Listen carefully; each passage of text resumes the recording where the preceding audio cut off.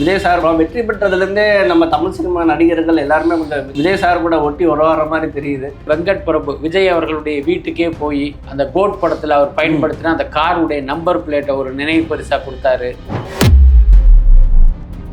TTR அவர்கள் break எடுத்திருக்காரு. 2 திராவிட கட்சிகள் முடிந்து ஒரு புதிய சகாப்தம் ஆரம்பிச்சதுலாம் சொல்லியிருக்காரு. 2 கட்சிகள் இல்லாமல் இன்னொரு சக்தி வந்துருச்சு அப்படின்னு அவர் மென்ஷன் பண்றாரு. இவ்வளவு நாள் பார்த்தீங்கன்னா 2 கட்சிகளுக்கு தான் போட்டி, இருதுருவ அரசியல்.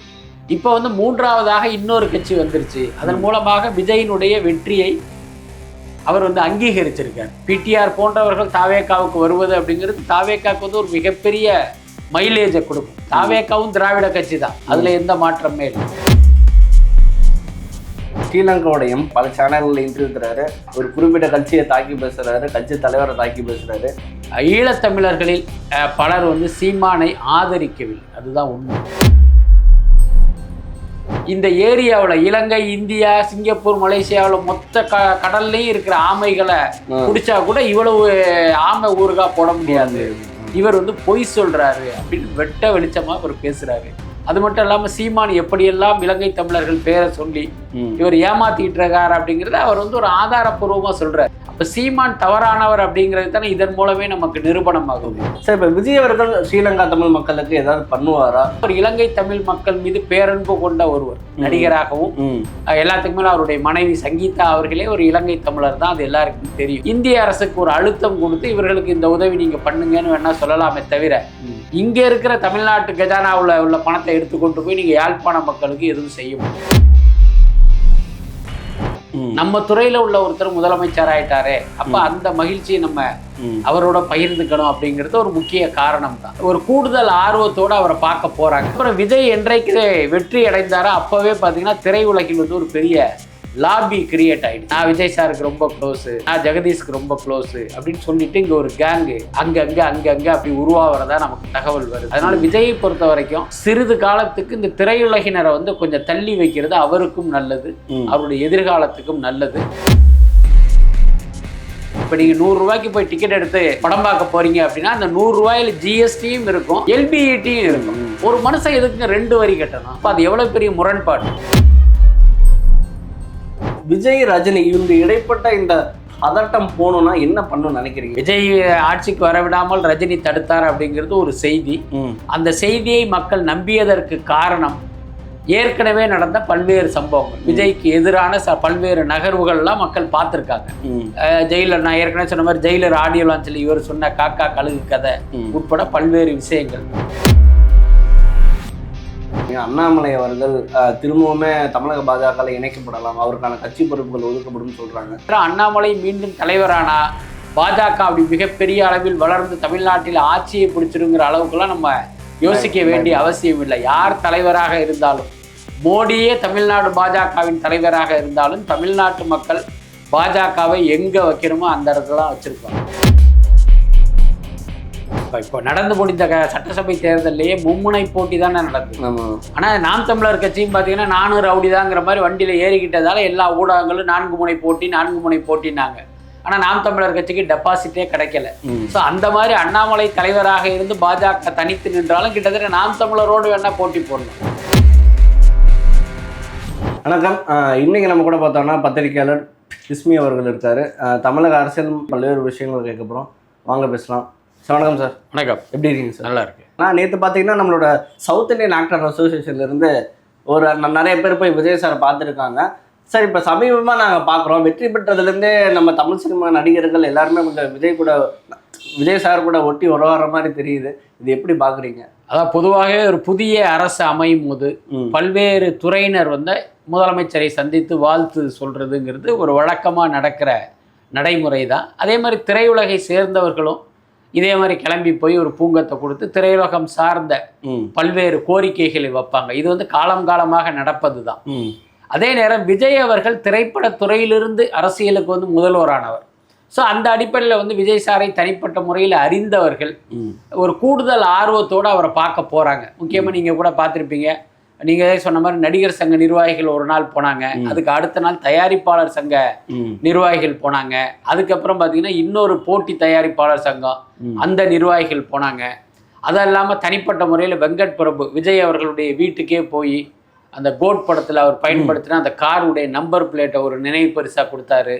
அப்புறம் கோட் படத்தில் விஜயோடு சேர்ந்து நடித்த பிரசாந்த் அவங்க அப்பா தியாகராஜனோட அவர் வீட்டில் போய் பார்த்தாரு. ஸோ இதெல்லாமே நடந்துகிட்டு இருக்கு. காரணம் என்னன்னா, இவர் திரைத்துறையிலிருந்து வந்தவர், நம்ம துறையில உள்ள ஒருத்தர் முதலமைச்சர் ஆயிட்டாரே, அப்ப அந்த மகிழ்ச்சியை நம்ம அவரோட பகிர்ந்துக்கணும் அப்படிங்கிறது ஒரு முக்கிய காரணம் தான். அதே நேரம் விஜய் அவர்கள் என்ன யோசிக்கணும் அப்படின்னா, இப்ப நீங்க நினைக்கிறது என்னன்னா, நம் துறை சார்ந்தவர்கள் வர்றாங்க, நம்ம வந்து அவங்கள மதிக்கிறோம், ஒருவேளை அவங்களுக்கு அப்பாயின்மெண்ட் கொடுக்கலன்னா அவங்க நம்மளை தவறாக நினைக்க கொடுங்க, பாரியா சினிமாவிலேருந்து போயிட்டு சினிமாக்காரங்களுக்கு அப்பாயின்மெண்ட் தரமாட்டேன்றாரே அப்படின்னு தப்பாக பேசுவார்கள் அல்லது நினைப்பார்கள்.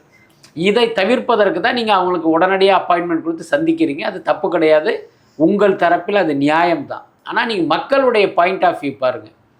ஐயோ நம்ம ஒரு சினிமாக்காரரை முதலமைச்சராக்குனது தப்பாயிடுச்சோ, மக்கள் பிரச்சனை எதையுமே பார்க்காம மக்களுக்கான தேவைகளை பார்க்காம இவர் சினிமாக்காரங்களுக்கு அப்பாயின்மெண்ட் கொடுத்து ஃபோட்டோ எடுத்துகிட்டு உட்காந்துருக்காரு, சினிமாக்கார புத்தியை காட்டிட்டாரே அப்படிங்கிற மாதிரி மக்கள் நினைப்பதற்கு வாய்ப்பு இருக்குது. அதனால் விஜயை பொறுத்த வரைக்கும் சிறிது காலத்துக்கு இந்த திரையுலகினரை வந்து கொஞ்சம் தள்ளி வைக்கிறது அவருக்கும் நல்லது, அவருடைய எதிர்காலத்துக்கும் நல்லது.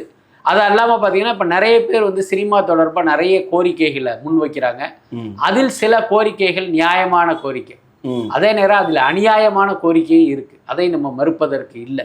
அதனால விஜய் வந்து சினிமாக்காரங்க என்ன கோரிக்கையை கொடுத்தாலும் உடனே நிறைவேற்றுவோம் அப்படிங்கிற இடத்துக்கு வந்து அவர் போகக்கூடாது, அப்படி ஒரு முடிவையும் அவர் எடுக்கக்கூடாது. இப்போ பார்த்தீங்கன்னா சினிமாவுக்கு வந்து நீங்கள் ஒரு சலுகை செய்கிறீங்க, உதாரணத்துக்கு இந்த திரைப்படங்களுக்கு ஒரு மானியம் கொடுக்குறாங்கல்ல, அந்த மானிய தொகையை நீங்கள் அதிகரிக்கிறதாவே வச்சுக்கோமே, அது நீங்கள் சினிமா துறைக்கு செய்கிற ஒரு உதவி அல்லது சலுகையாக நீங்கள் செய்வீங்க. ஆனால் அந்த பணம் மக்களுடைய பணம், என் பணத்தை எடுத்து சினிமா துறைக்கு வந்து நீங்கள் அள்ளி இறக்கலாமான்னு மக்கள் நினச்சிட்டா அது உங்களுக்கு நெகட்டிவாக மாறிடும். அதனால அந்த மாதிரி இல்லாமல் அதெல்லாம் வந்து கரெக்டாக பரிசீலித்து எது நியாயமானது, எது உடனடி தேவை, எது அந்த துறையை வந்து அடுத்த கட்டத்துக்கு கொண்டு செல்வதற்கான ஒரு விஷயமா இருக்கும் அப்படிங்கிறதெல்லாம் அவர் புரிஞ்சு தெரிஞ்சு அந்த விஷயங்களை செய்யணும். அதுக்கப்புறம் விஜய் என்றைக்கு வெற்றி அடைந்தாரோ அப்பவே பார்த்தீங்கன்னா திரையுலகில் வந்து ஒரு பெரிய லாபி கிரியேட் ஆயிடுச்சு. நான் விஜய் சாருக்கு ரொம்ப க்ளோஸு, நான் ஜெகதீஷ்க்கு ரொம்ப க்ளோஸு அப்படின்னு சொல்லிட்டு இங்க ஒரு கேங்கு அங்க அப்படி உருவாகிறதா நமக்கு தகவல் வருது. அது என்ன நடக்கும்னா, நம்ம கிட்ட இவ்வளவு ரூபா கொடுங்க, உங்க படத்துக்கு மானியம் வாங்கி தரேன், எனக்கு இவ்வளவு ரூபா கொடுங்க, உங்களுக்கு கலைமாமணி வாங்கி தரேன், எனக்கு இவ்வளவு ரூபா கொடுங்க, உங்க படத்துக்கு சிறந்த படம், சிறந்த டைரக்டர், சிறந்த நடிகர் விருது வாங்கி தர்றேன் அப்படின்னு ஒரு பேரம். இது எல்லாமே நம்ம கற்பனை கிடையாது, கடந்த காலத்தில் நடந்தது. அது விஜய் அவர்களுடைய ஆட்சியிலையும் நடக்கக்கூடாது. அப்ப நீங்க இவங்களோட வந்து ஒரு நீங்க டிஸ்டன்ஸ் மெயின்டைன் பண்ணணும். நீங்க இவர்கள் நினைத்த நேரத்தில் நீங்கள் சந்திக்கிற ஒரு இதுல இருந்தீங்க அப்படின்னா இங்க நடக்கிற விஷயங்கள் இருக்குல்ல, இது எல்லாமே உண்மைன்னு மக்கள் நம்ப ஆரம்பிச்சிருவாங்க. அடடா, போன வாரம் கூட இவர் விஜய் சாரை பார்த்தாரு, அப்ப இவர்கிட்ட துட்டு கொடுத்தோம்னா நமக்கு வந்து மானியம் கிடைச்சிரும் அப்படின்னு மக்கள் நம்பிடுவாங்க. புரியுதா இல்லையா? ஸோ அப்படி ஒரு முறைகேடுகள் நடக்காமல் இருக்கணும் அப்படின்னா திரையுலகினர் வந்து ஒரு ஸ்டெப் வந்து அவர் கொஞ்சம் தள்ளி வைக்கணும். ஏன்னா நாட்டில் நிறைய பிரச்சனைகள் இருக்கு, மக்களுடைய அடிப்படை தேவைகளுக்கே அவங்க போராடிக்கிட்டு இருக்காங்க. ஸோ அதில் தான் உங்களுடைய கவனமெல்லாம் இருக்கணும். எப்பயுமே உணவு, உடை, இருப்பிடம், அதுதான் அடிப்படை தேவை. அதுக்கு அப்புறமா தான் உங்களுக்கு கேளிக்கை, பொழுதுபோக்கு, மற்றது எல்லாமே. அப்படி இருக்கும்போது மக்களுடைய அடிப்படை தேவைகளை முதல்ல நீங்க சரி பண்ணிட்டு அதுக்கப்புறமா இந்த கேளிக்கை துறைக்கு நீங்க வாங்க. ஏன்னா ஒருத்தர் சோறு இல்லைன்னா செத்துருவோம், சினிமா இல்லைன்னா சாக மாட்டான். அப்ப நம்ம எதுக்கு முன்னுரிமை கொடுக்கணும்? இப்ப விஜய் அவர்கள் ஒரு முதலமைச்சரா திங்க் பண்ணணும், ஒரு சினிமா நடிகரா நீங்க திங்க் பண்ணக்கூடாது. அது ரொம்ப ரொம்ப முக்கியம். சார், இவங்க வச்சிருக்க டிமாண்ட்ஸ் எல்லாம் பாத்தீங்களா சார்? அது எப்படி பாக்குறீங்க? 24 மணி நேரமும் பப்ளிஷிங் அதெல்லாம் பாத்தீங்களா? இதெல்லாம் ஓகேவா? இல்ல, அதுல ஒரு சில இது வந்து கொஞ்சம் ஏற்புடையதா இருக்கு. இப்போ உதாரணத்துக்கு பாத்தீங்கன்னா இங்க LBETன்னு ஒண்ணு இருக்கு, லோக்கல் பாடி என்டர்டைன்மெண்ட் டாக்ஸ். அதன் மூலமாக கிடைக்கிற வரியை கொண்டு இவங்க என்னன்னா அந்த நகராட்சிகள், ஊராட்சிகள் அதுக்கு வந்து செலவு பண்றாங்க. ஆனா இந்த நாட்டில் என்ன சிஸ்டம் இருக்குன்னா, இப்போ ஒரே நாடு ஒரே வரிங்கிற அடிப்படையில் தான் நீங்கள் ஜிஎஸ்டியை கொண்டு வந்தீங்க. அப்போ ஜிஎஸ்டின்னு ஒன்று வந்த பிறகு நீங்கள் இன்னொரு பேரில் அதே விஷயத்துக்கு எப்படி வரி வசூலிக்க முடியும்? எல்லாத்துக்கும் மேலே இந்த வரியை அவங்க தியேட்டர் சினிமாக்காரங்க அவன் பாக்கெட்ல இருந்து கொடுக்கல, மக்கள் கிட்ட இருந்து பிடுங்கி கொடுக்குறான். இப்போ நீங்க 100 ரூபாய்க்கு போய் டிக்கெட் எடுத்து படம் பார்க்க போறீங்க அப்படின்னா அந்த 100 ரூபாயில ஜிஎஸ்டியும் இருக்கும், எல்பிஇடியும் இருக்கும். ஒரு மனுஷன் எதுக்குங்க 2 வரி கட்டணும்? அப்ப அது எவ்வளவு பெரிய முரண்பாடு, எவ்வளவு பெரிய அநீதி, அது மிகப்பெரிய வன்முறை. அப்ப அந்த எல்பிஇடிங்கிறத நீங்க முதல்ல வந்து காலி பண்ணணும். அதுக்கப்புறம் பாத்தீங்கன்னா இங்க திரையுலகினர் தமிழ்நாட்டில் வெளிப்புறங்களில் படம் எடுப்பதில் பார்த்தீங்கன்னா நிறைய சிக்கல் இருக்கு. இப்போ பார்த்தீங்கன்னா இப்போ ஒரு கோயிலில் போய் நீங்கள் படப்பிடிப்பு நடத்தணும் அப்படின்னா அது சம்பந்தமான ஒரு துறையில போய் நீங்கள் பர்மிஷன் வாங்கணும். அதுக்கப்புறம் நீங்க ரோட்ல போய் படப்பிடிப்பு நடத்தணும்னா நீங்க அந்த டிபார்ட்மெண்ட்டுக்கு போகணும். அப்படியெல்லாம் இருக்கக்கூடாது. சிங்கிள் விண்டோ சிஸ்டத்தை நீங்க எடுத்துட்டு வரணும். எங்க வேணாலும் படப்பிடிப்பு நடத்துங்க, இந்த இடத்துல பர்மிஷன் வாங்கினா போதும். என்ன, அங்க போய் நீங்க பர்மிஷன் வாங்கிட்டீங்கன்னா அவங்க பர்மிஷனை கொடுத்துட்டு சம்பந்தப்பட்ட டிபார்ட்மெண்ட்டுக்கு அவங்க தகவல் சொல்லணும். இந்த நிறுவனத்துக்கு இத்தனாம் தேதி இத்தனை மணிக்கு உங்க இடத்துல வந்து நாங்க படப்பிடிப்பு நடத்த பர்மிஷன் கொடுத்துருக்கோம், அவங்க வருவாங்க, அவங்களுக்கான உரிய ஏற்பாடை பண்ணணும், நீங்க அவங்களுக்கு தகவலை கொடுங்க. இப்ப ஒரு சின்ன உதாரணம், முதலமைச்சருடைய தனி பிரிவுன்னு ஒண்ணு கோட்டையில இயங்கிட்டு இருக்கு. அங்க போய் நீங்க எந்த டிபார்ட்மெண்ட் குறித்து வந்து நீங்க வந்து ஒரு கம்ப்ளைண்டோ அல்லது ஏதோ ஒரு வேண்டுகோள் கடிதமோ கொடுத்தா அவங்க என்ன பண்ணுவாங்க, அதை பார்த்துட்டு அந்த டிபார்ட்மெண்ட்டுக்கு அவங்க அனுப்பிச்சிருவாங்க. நீங்க போய் ஒவ்வொரு துறைக்கும் போய் கொடுக்கணும்னு அவசியம் இல்லை, அந்த இடத்துல கொடுத்தா போதும், அதை அவங்க அனுப்பிச்சிருவாங்க. அந்த மாதிரி படப்பிடிப்பு லொகேஷன் இருக்குல்ல, அதுக்கான கட்டணத்தை ஒரே இடத்துல, இப்போ அனுமதியும் கட்டணமும் ஒரே இடத்துல செலுத்துற மாதிரி வச்சுக்கிட்டீங்கன்னா அது பிரச்சனையே இருக்காது. ஸோ இப்போ விஜய் சினிமாவில் இருந்தவர்ங்கிறதுனால இந்த படப்பிடிப்புக்கு அனுமதி வாங்குறது எவ்வளவு பெரிய கஷ்டம்ங்கிறது நிச்சயமாக விஜய் அவர்களுக்கு தெரிஞ்சிருக்கும், அவர் படங்களுக்கே நடந்திருக்கும். அப்ப அதை வந்து அவரை கன்சிடர் பண்ணணும். அதே மாதிரி பார்த்தீங்கன்னா சினிமா வந்து 24 மணி நேரமும் இருக்கணுங்கிறதுல எனக்கு உடன்பாடு இல்லை. எப்பயுமே மனித வாழ்க்கையில் கேளிக்கைக்கு பார்த்தீங்கன்னா ஒரு 5% தான் நம்ம நேரம் ஒதுக்கணும். நீங்க 24 மணி நேரமும் தியேட்டர்ல இருந்துகிட்டு இருந்தீங்கன்னா அது வந்து வேலைக்கு ஆகாது. அப்படி ஒரு முடிவு வந்து தேவையில்லை. அதுக்கப்புறம் இந்த திரையரங்க கட்டணத்தை ஏற்றணும்னு தியேட்டருக்காரர்களுடைய கோரிக்கையா இருக்கு. அது ஓரளவுக்கு நியாயம் தான். ஏன்னா இன்னைக்கு மின்சார கட்டணம்லாம் எங்கேயோ போயிடுச்சு, மெயின்டெனன்ஸ் கட்டணம், பெட்ரோல் டீசல் விலையெல்லாம் உயர்ந்து அது நிச்சயமா அவங்களுக்கு ஒரு பெரிய செலவீனம் தான். அதை வந்து ஒரு நியாயமா நீங்க வந்து ஒரு கட்டணத்தை நிர்ணயிக்கணும். பட் அதே நேரம் திரையரங்குகள் இந்த ஆன்லைன் புக்கிங்கிற பேரில் வந்து பெரிய அளவில் ஒரு பகல் கொள்ளை அடிக்கிறாங்க. 150 ரூபா டிக்கெட்டு, அதுக்கு வந்து நீங்கள் ஆன்லைன் புக்கிங்க்குன்னு ஒரு 30 ரூபா எக்ஸ்ட்ரா வாங்குறாங்க.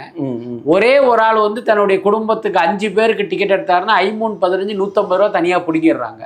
அந்த 150 ரூபாயை தியேட்டருக்காரங்களும் அந்த அக்ரிகேட்டர் புக் மை ஷோ மாதிரியான அக்ரிகேட்டர் ஷேர் பண்ணிக்கிறாங்க. இது வந்து மிகப்பெரிய பகல் கொள்ளை.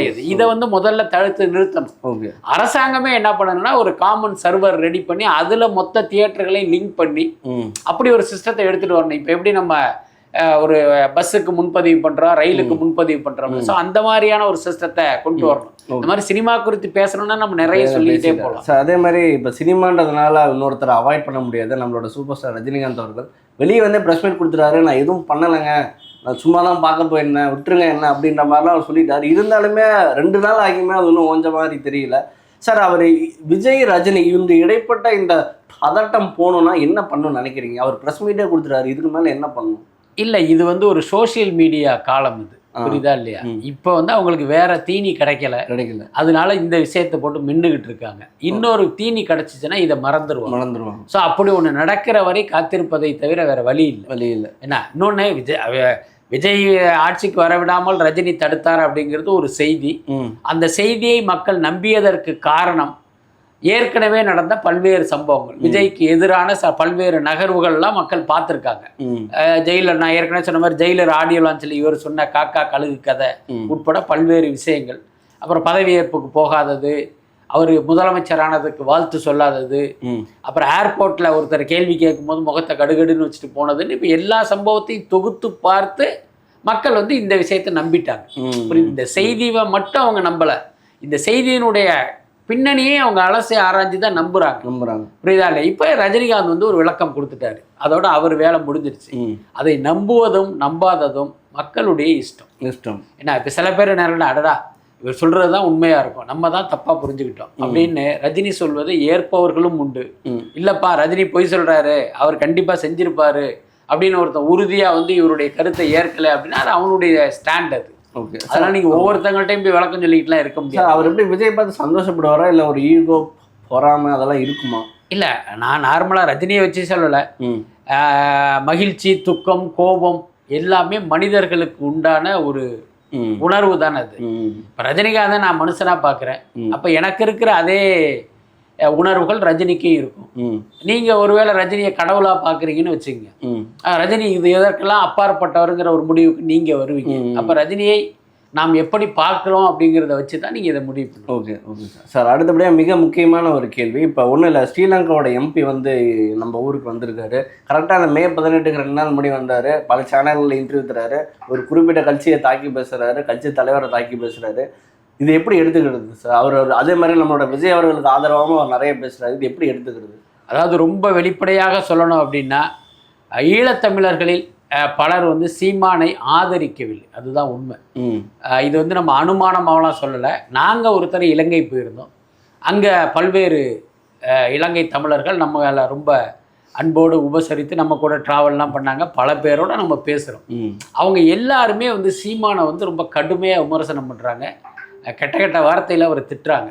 என்னன்னா, எங்களை வச்சு அவர் பயங்கரமாக சம்பாதிச்சு செட்டில் ஆகிட்டாரு, இவருக்கும் எங்களுக்கும் எந்த சம்பந்தமும் இல்லை அப்படின்ட்டு சீமானை வந்து ரொம்ப கடுமையாக விமர்சனம் பண்ணதை கேட்டால் எனக்கெல்லாம் அப்போ உண்மையிலேயே ஆச்சரியங்கிறத தாண்டி எனக்கு அதிர்ச்சியாக இருந்துச்சு. என்னடா அது, இலங்கை தமிழர்களை வச்சு அங்கே அவர் வண்டி ஓட்டிக்கிட்டு இருக்காரு, ஆனால் இலங்கை தமிழர்கள்கிட்டே அவருக்கு பெரிய வரவேற்பு, அவர்களுடைய வெறுப்புக்குரியவராக இவர் இருக்காரு அப்படின்லாம் நம்ம அப்போ நினச்சோம். இப்போ பாருங்க, ஒரு இலங்கையிலிருந்து வந்த ஒரு எம்பி அவருடைய பேச்சும் கூட கிட்டத்தட்ட நாங்கள் என்ன இதை சந்திச்சோமோ அதே மாதிரி தான் இருக்கு. அதுக்கடுத்து சீமான் வந்து எந்த அளவுக்கு பிரபாகரனை வச்சு ஒரு பொய்யான கட்டுக்கதைகளை பேசி வந்து காசு பண்ணிட்டு இருக்காரு அப்படிங்கிறதுக்கான ஒரு மிகப்பெரிய உதாரணம் தான் அந்த எம்பி சொன்ன ஒரு விஷயம், ஆமைக்கறி விஷயம். அவர் கேட்டது என்னன்னா, ஒரு ஆமை அடிச்சு எடுத்தீங்கன்னா அதனுடைய கறி வந்து அதிகபட்சம் ஒரு 200 to 300 கிராம் தான் இருக்குமா. ஆனால் சீமான் பார்த்தீங்கன்னா எங்கேயோ போய் கதை விட்டுருக்காரு. எங்கள் அண்ணன் வந்து ஆமக்கறிலேயே ஊறுகாய் போட்டு கொடுத்தாரு, ஏதோ இம்மாம்பெரிய சட்டியில் கொடுத்தாருங்கிற மாதிரி ஏதோ ஒரு கதையை விட்டு வச்சுருக்கு.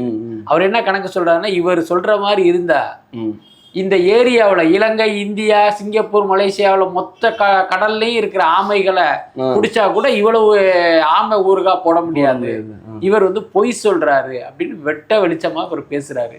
அது மட்டும் இல்லாமல் சீமான் எப்படியெல்லாம் இலங்கை தமிழர்கள் பேரை சொல்லி இவர் ஏமாத்திட்டு இருக்காரு அப்படிங்கிறத அவர் வந்து ஒரு ஆதாரப்பூர்வமாக சொல்றாரு. அண்ணா அதை வந்து நிச்சயமா நம்ம ஏற்கத்தானே வேணும். அவர் யாரோ ஒருத்தர் கிடையாது. நீங்கள் யாருக்காக பேசுகிறீர்களோ அங்கிருந்தே அந்த குரல் ஒலிக்குது. அப்புறம் அவர் வெறும் விஜய் ரசிகர்லாம் கிடையாது, இலங்கையினுடைய எம்பி. ஸோ அந்த பொறுப்புணர்வும் அந்த கண்ணியத்தையும் அவர் காக்கணும். அதையும் மீறி இந்த இவ்வளவு விஷயங்களை சொல்றாரு அப்படின்னா அப்போ சீமான் தவறானவர் அப்படிங்கிறது தானே இதன் மூலமே நமக்கு நிரூபணம் ஆகுது. அதுக்கடுத்து அவர் வந்து நடிகர் விஜய் பார்க்கல, அவர் தமிழ்நாட்டின் முதலமைச்சர் விஜயை வந்து சந்திக்கிறதுக்காக அவர் வந்திருக்காரு. அதனால இவர் வந்து ஒரு விஜய் ரசிகர், தாவேகா தொண்டர், அதனால சீமானை திட்டாரெலாம் நம்ம அர்த்தப்படுத்திக் கொள்ள வேண்டிய அவசியம் இல்லை. ரொம்ப வெளிப்படையா சொன்னா சீமான் வந்து ஒரு போலியானவர், நாம் தமிழர் கட்சியை வைத்து வியாபாரம் செய்கிறார் அப்படிங்கிற உண்மை வந்து இப்போ மெல்ல மெல்ல மக்களுக்கு வந்து தெரிய ஆரம்பிச்சிருக்கு. அதனால தான் அவருக்கு இப்போ ஏற்பட்ட வீழ்ச்சிகள்லாம் இப்போ ஆரம்பிச்சிருச்சு. அதையும் தாண்டி பார்த்தீங்கன்னா உலகெங்கிலும் இருக்கிற அந்த புலம்பெயர் ஈழத்தமிழர்கள்ட்ட ஒரு பெரிய வசூல் வேட்டை, திரள் நிதியை திரட்டி தான் அவர் வந்து வாழ்ந்துகிட்டு இருக்காரு. எதிர்காலத்தில் அதுவும் கூட தடைப்படுவதற்கு வாய்ப்பு. ஸோ அதே மாதிரி அடுத்து விஜய் அவர்களை ரொம்ப பாராட்டி பேசினாரு. ஸ்ரீலங்காவில் இருக்கிற தமிழ் மக்களுக்கு ரொம்பவே பிடிக்கும், அங்கேயே அவர் கட்சி ஆரம்பிக்கணும், இந்த அளவுக்குலாம் அவர் பேசியிருக்காரு. சார், இப்போ விஜய் அவர்கள் ஸ்ரீலங்கா தமிழ் மக்களுக்கு ஏதாவது பண்ணுவாரா? அங்கே இருக்கக்கூடிய அரசியல்களை சமாளித்து நம்ம மக்களுக்கு எதாவது பண்ணுவாரா? இல்லை, அது வாய்ப்பு இல்லை. அதாவது என்னன்னா, இப்போ இலங்கையில் ஏதோ ஒரு விஷயம் பண்ணணும் அப்படின்னா இந்திய அரசு தான் பண்ண முடியும், தமிழ்நாடு அரசு பண்ண முடியாது. அதுதான் யதார்த்தம், அதுதான் சட்டம். உதாரணத்துக்கு இலங்கையில் வந்து ஒரு இயற்கை பேரிடர் நடக்குது, அதனால யாழ்ப்பாண மக்கள்லாம் பாதிக்கப்படுறாங்க அப்படின்னா இப்போ தமிழ்நாடு அரசு துருன்னு கொண்டு போய் அவங்க உள்ளவங்களுக்கு அரிசி பருப்பெல்லாம் கொடுக்க முடியாது. இந்திய அரசு நிவாரண பொருட்கள் அனுப்பும் போது தமிழ்நாடு அரசு தன்னுடைய கான்ட்ரிபியூஷனை கொடுக்கலாம். அவங்க இந்திய அரசு சார்பாக கொண்டு போய் அங்க இறக்குவாங்க. இது வந்து தமிழ்நாடு அரசு கொடுத்தது, இது ஆந்திரா அரசு கொடுத்தது அப்படிலாம் கிடையாது. அது இந்திய அரசு சார்பாக தான் அங்க போய் கொடுப்பாங்க. ஸோ அதனால இலங்கை என்ன இதா இருந்தாலும் தமிழ்நாட்டின் முதலமைச்சராக விஜயால் வந்து எந்த இதுவுமே பண்ண முடியாது. அதே நேரம் அவர் இலங்கை தமிழ் மக்கள் மீது பேரன்பு கொண்ட ஒருவர், நடிகராகவும் எல்லாத்துக்கு மேல அவருடைய மனைவி சங்கீதா அவர்களே ஒரு இலங்கை தமிழர் தான், அது எல்லாருக்குமே தெரியும். அதனால அது வெறுமனே வாயு வார்த்தையாக இல்லாமல் அவர் ஒரு உணர்வு பூர்வமாக என்ன ஒரு உறவினராக அவரை வந்து அவர் பார்க்கிறாருங்கிறது அது எல்லாருக்கும் தெரிஞ்ச விஷயம் தானே. இன்னைக்கு வந்து தமிழ்நாட்டின் முதலமைச்சர் பதவியில் இருப்பதால் அந்த மக்களுக்கு ஏதாவது தேவைப்படும் பட்சம் அந்த பதவியை கொண்டு அவர்களுக்கு ஏதாவது உதவுவதற்கு வாய்ப்பு இருக்கு. நான் ஏற்கனவே சொன்ன மாதிரி நேரடியா இல்லை, இந்திய அரசுக்கு ஒரு அழுத்தம் கொடுத்து இவர்களுக்கு இந்த உதவி நீங்க பண்ணுங்கன்னு வேணா சொல்லலாமே தவிர இங்க இருக்கிற தமிழ்நாட்டு கஜானாவில் உள்ள பணத்தை எடுத்துக்கொண்டு போய் நீங்க யாழ்ப்பாண மக்களுக்கு எதுவும் செய்ய முடியாது. Okay sir. சார் அடுத்தபடியா இன்னொரு ரூமர் போயிட்டு இருக்கு பார்த்துருப்பீங்க, அண்ணாமலை அவர்கள் திரும்பவுமே தமிழக பாஜக இணைக்கப்படலாம், அவருக்கான கட்சி பொறுப்புகள் ஒதுக்கப்படும் சொல்றாங்க. இது எப்படி பாக்குறது? இல்லை, இப்போதைக்கு பார்த்தீங்கன்னா அது ஒரு அரசியல் யூகமாக அல்லது ஒரு வதந்தியாக உழவிக்கிட்டு இருக்கு. அதே நேரம் நயினார் நாகேந்திரன் வந்து தமிழ்நாடு பாஜக தலைவர் பதவியிலிருந்து நீக்கப்பட போகிறார் அப்படின்னு ரொம்ப நாளாகவே அப்படி ஒரு செய்தி அடிபட ஆரம்பிச்சிருச்சு. எல்லாத்துக்கும் மேலே இந்த தேர்தலில் பாஜகவுக்கு ஒரு மரண அடி விழுந்ததுல வந்து அது வந்து கிட்டத்தட்ட உறுதியாயிடுச்சு. அடுத்து அந்த பதவிக்கு யார் வருவாரோங்கிறது குறித்து உறுதியான தகவல் இல்லை. அதே நேரம் அண்ணாமலை வருவதற்கு வாய்ப்பு இருக்கு. ஆனால் ரொம்ப வெளிப்படையாக சொல்லணும் அப்படின்னா பாஜகங்கிறது தமிழ்நாட்டிலிருந்து அகற்றப்பட வேண்டிய ஒரு கட்சி தான், மக்களும் அதை அந்த இடத்துல தான் வச்சுருக்காங்க. அதே நேரம் நீங்கள் மற்ற தலைவர்களோடு ஒப்பிடும்போது அண்ணாமலை தலைவராக இருக்கும்போது பாஜகவுடைய வளர்ச்சிங்கிறது மிகப்பெரிய அளவில் இருந்தது. அதாவது உண்மையோ பொய்யோ, சீமான் மாதிரி போகிற இடமெல்லாம் பொய்யே பேசி அவர் ஒரு பேசு பொருளாக மாறி வந்து பாஜக வந்து ஒரு அட்டென்ஷன் கிரியேட் பண்ணார். அதை நம்ம மறுக்க முடியாது. ஸோ அந்த அடிப்படையில் அவரை வந்து மீண்டும் தலைவராக்குவதற்கு வாய்ப்பெல்லாம் இருக்குது. அதே நேரம் அண்ணாமலை மீண்டும் தலைவரானா பாஜக அப்படி மிகப்பெரிய அளவில் வளர்ந்து தமிழ்நாட்டில் ஆட்சியை பிடிச்சிருங்கிற அளவுக்குலாம் நம்ம யோசிக்க வேண்டிய அவசியம் இல்லை. யார் தலைவராக இருந்தாலும், மோடியே தமிழ்நாடு பாஜகவின் தலைவராக இருந்தாலும் தமிழ்நாட்டு மக்கள் பாஜகவை எங்கே வைக்கணுமோ அந்த இடத்துல தான் வச்சுருப்பாங்க. அதை தாண்டி நம் மக்கள் அந்த கட்சிக்கு ஒரு புதிய அந்தஸ்தான் கொடுத்துட மாட்டாங்க. Okay sir. சார் அடுத்தபடியாக பார்த்தோம் சார், இன்னொரு கேள்வி இருக்குது. 2031 களம் எப்படி மாறும்னு ஒரு பத்திரிகையில் போட்டிருந்தாங்க. விஜய், உதயநிதி, அண்ணாமலை அப்படின்னு இந்த 3 நபர்களை போட்டிருந்தாங்க. அப்போ அந்த களம் இப்படி தான் இருக்குமா? யாருக்கு அட்வான்டேஜாக இருக்கும்? நல்லா யோசிங்க. அந்த பாஜகவுக்கு தமிழ்நாட்டு அரசியலில் வந்து இடமே கிடையாது. நான் ஏற்கனவே சொன்ன மாதிரி அதுக்கு அண்ணாமலை தலைவராக இருந்தாலும் அமித்ஷா தலைவராக இருந்தாலும் அதுதான் நிலைமை. இப்போ நடந்து முடிந்த சட்டசபை தேர்தலையே மும்முனை போட்டி தானே நடந்தது. ஆனால் நாம் தமிழர் கட்சியும் பார்த்தீங்கன்னா நானும் ரவுடி தாங்கிற மாதிரி வண்டியில் ஏறிக்கிட்டதால எல்லா ஊடகங்களும் 4 முனை போட்டினாங்க. ஆனால் நாம் தமிழர் கட்சிக்கு டெபாசிட்டே கிடைக்கல. ஸோ அந்த மாதிரி அண்ணாமலை தலைவராக இருந்து பாஜக தனித்து நின்றாலும் கிட்டத்தட்ட நாம் தமிழரோடு வேணா போட்டி போடலாம். என்ன மற்றபடி இந்த கட்சிகளோடு போட்டியிடுவதற்கு வாய்ப்பு இல்லை. எல்லாத்துக்கும் மேல விஜய் வெர்சஸ் உதயநிதிங்கிறதுக்கு நம்ம 2031 வரை காத்திருக்க வேண்டிய அவசியம் இல்லை. இப்பவே அந்த காட்சிகள் வந்து நடக்க ஆரம்பிச்சிருச்சு. என்ன விஜய் முதலமைச்சராக இருக்கிறார், எதிர்கட்சி தலைவராக உதயநிதி இருக்கிறார். என்ன பதவியேற்ற அடுத்த நாளே வந்து தாவேகா அரசு மீது பல்வேறு குற்றச்சாட்டுகளை முன்வைக்கிறாரு. சோஃபாவில் வந்து பணத்தை கொண்டு போய் இறக்குறீங்கன்னு ஒரு பயங்கரமான குற்றச்சாட்டை முன்வைக்கிற அளவுக்கு இன்னைக்கு அரசியல் களம் சூடு பிடிச்சிருக்குல்ல. அதனால அது 2031 வரைக்கும் அந்த காட்சியை பார்க்க நம்ம காத்திருக்க தேவையில்லை. அதே மாதிரி திமுகவை சேர்ந்த முக்கியமான நபர் ஒருத்தர் பிரேக் எடுத்திருக்காரு. மதுரையை சேர்ந்த நம்மளோட பிடிஆர் அவர்கள் ரொம்ப தீவிரமாக பிரச்சாரம் பண்ணார், பல கட்சிகள் தாக்கி பேசினார்.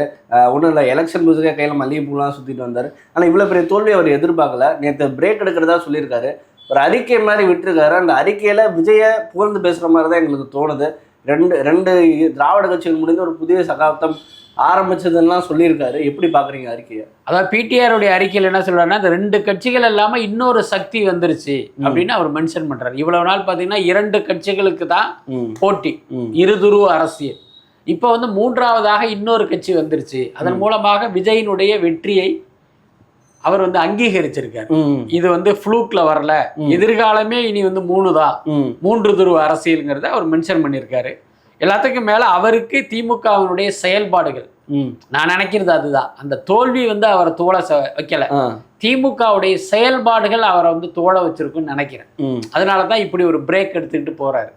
இன்னும் ரொம்ப வெளிப்படையா சொல்லணும் அப்படின்னா, பிடிஆர் நிதியமைச்சர் அப்படிங்கிற அந்த அறிவிப்போடு திமுக அரசு பதவியேற்ற போது திமுக மீது மக்களுக்கு ஒரு மிகப்பெரிய நம்பிக்கை இருந்தது. ஏன்னா பிடிஆர் நிதியமைச்சர், ஏன்னா இவர் வந்து ஒரு படித்தவர், பொருளாதாரம் தெரிந்தவர், நிச்சயமாக இந்த ஆட்சி வந்து ஒரு சிறப்பாக இருக்கும் அப்படின்னு நம்பணும்.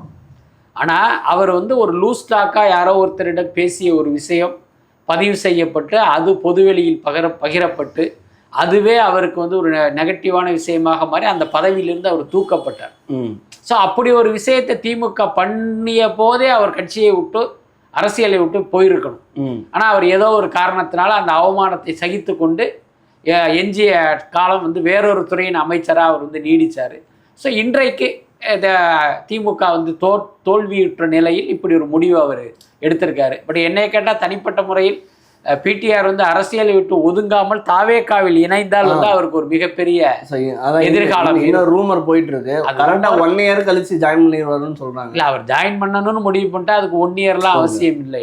புரியுதா இல்லையா? திமுகவிலே நான் பிரேக் எடுக்கிறேன் அப்படின்னு விரைவிலேயே தாவேகாவில் சேரலாம், அது ஒன்றும் தப்பு கிடையாது. இன்னும் சொல்ல போனா பிடிஆர் போன்றவர்கள் தாவேகாவுக்கு வருவது அப்படிங்கிறது தாவேகாவுக்கு வந்து ஒரு மிகப்பெரிய மைலேஜை கொடுக்கும். ஓகே, ஒரு பேச்சுக்கு சொல்றேனே, இந்த கட்டத்தில் அவர் இணைந்து திருச்சி கிழக்குல வந்து பிடிஆரை நிறுத்துறாங்கன்னு வச்சுக்கோங்க. ஏன்னா இந்த அமைச்சர் இந்த இதுலயே அவர் ஒரு அமைச்சராக உள்ள வர முடியும். அப்படி இல்லை என்றாலும் கட்சியில் சேருவதுங்கிறது அவருக்கு மிகப்பெரிய, அவருக்கும் நல்லது, கட்சிக்கும் நல்லது. ஓகே, கண்டிப்பா அவர் இணைந்தா நல்லதுதான். கண்டிப்பா. அதுல இருந்தாலும் அவங்க குடும்பமே ஆண்டு காலமா ஒரு திராவிட கட்சிகள் குடும்பம் வந்து திமுக குடும்பம். அரசியல்ல நம்ம அப்படி சொல்ல முடியாது. அதாவது திமுகவில் அவர்கள் இருந்தார்கள், திராவிட கொள்கை மீது பற்று கொண்டவர்கள். தாவேகாவும் திராவிட கட்சி தான், அதுல எந்த மாற்றமே இல்லை. அதனால தாராளமாக அவர் இணையலாம். நீங்க பாஜகவில் இணைந்தால்தான் பிரச்சனை. Okay sir. ஏன்னா நீங்க தாவேகாவில் இணைவதுங்கிறது அது இன்னொரு திராவிட கட்சி தானே, அதுல என்ன கொள்கை முரண் வரப்போகிறது? Okay sir. இறுதியாக ஒரு கேள்வி சார். நேற்று இபிஎஸ் அவர்கள் அவரோட ஆதங்கத்தை கொட்டியிருக்காரு. 15 நாளாவே அதான் சொல்றாரு, என் கட்சியை விஜய் உடைக்க பார்க்குறாரு, இங்க இருக்கிறவங்கள அமௌண்ட்டை பேசி வாங்க பார்க்குறாரு, பதவி ஆசை கட்டுறாருன்னு. சார் இருந்தாலுமே எஸ்பி வேலுமணி டீம் வந்து நீங்க பொதுக்குழு கூட்டுங்கன்னு சொல்றாரு, அவர் கூட்டவும் மாட்டேன்றாரு. இது எப்படி பாக்குறீங்க அவர் சொல்ற கருத்து? இல்ல, எஸ்பி வேலுமணி தரப்பினர் பொதுக்குழுவை கூட்ட சொல்றாங்க. பொதுக்குழுவை கூட்டினா என்ன நடக்குன்னு எடப்பாடிக்கு தெரியும். ஸோ அப்ப எதிரிகளுக்கு அப்படி ஒரு சந்தர்ப்பத்தை கொடுத்துடக்கூடாதுங்கிறதுனால அவர் பொதுக்குழுவை கூட்டல. அதுக்கடுத்து இன்னைக்கு உள்ள பிரச்சனை என்னன்னா, முதல் பிரச்சனையை தானே ஃபர்ஸ்ட் பார்க்கணும். கட்சியினுடைய எம்எல்ஏக்களா இருக்கிற 25 பேர் பிரிந்து போய் வேறொரு முடிவு எடுக்கிறாங்க. அப்ப இவர்களுடைய பதவி பறிக்கப்படும், அதுதான் சட்டம். ஸோ அதை வந்து அவர் வலியுறுத்த, அதுவே இன்னும் நிறைவேறல. என்ன காரணம்? தாவேகாக்கு இவர்கள் ஆதரவு கொடுப்பதால் தாவேகா இந்த எம்எல்ஏக்களை காப்பாற்றுகிறது. அப்ப அது குறித்த போராட்டம் தானே எடப்பாடி வந்து முதல்ல கையில் எடுப்பார். அப்ப எதிரிகளுக்கு வாய்ப்பளிப்பது மாதிரி அவங்க சொல்கிற கோரிக்கையை எப்படி அவர் கேட்பாரு? அதனால எத்தனை பேர் கத்துனாலும் நிச்சயமாக ஒரு பொதுக்குழுவை கூட்ட மாட்டாரு. இவங்க ஒரு கட்டத்துல என்ன பண்ணுவாங்கன்னா, ஒரு போட்டி பொதுக்குழுவை கூட்டி எடப்பாடி வந்து நாங்க கட்சியை விட்டு நீக்கிட்டோங்கிற மாதிரியான ஒரு அறிவிப்போடு இவர்கள் கட்சியை கைப்பற்றி, ஸோ இந்த மாதிரி காட்சிகள் வேணா நடப்பதற்கு வாய்ப்பு இருக்கு. அப்படி நடக்கும் என்று யூகித்து தான் இன்னைக்கு வந்து எடப்பாடி வந்து பெரிய அளவுல பொங்குறாரு. இவ்வளவு நேரம் ரொம்ப நல்லா இருந்தது. இதே மாதிரி இன்னொரு படி. நன்றி.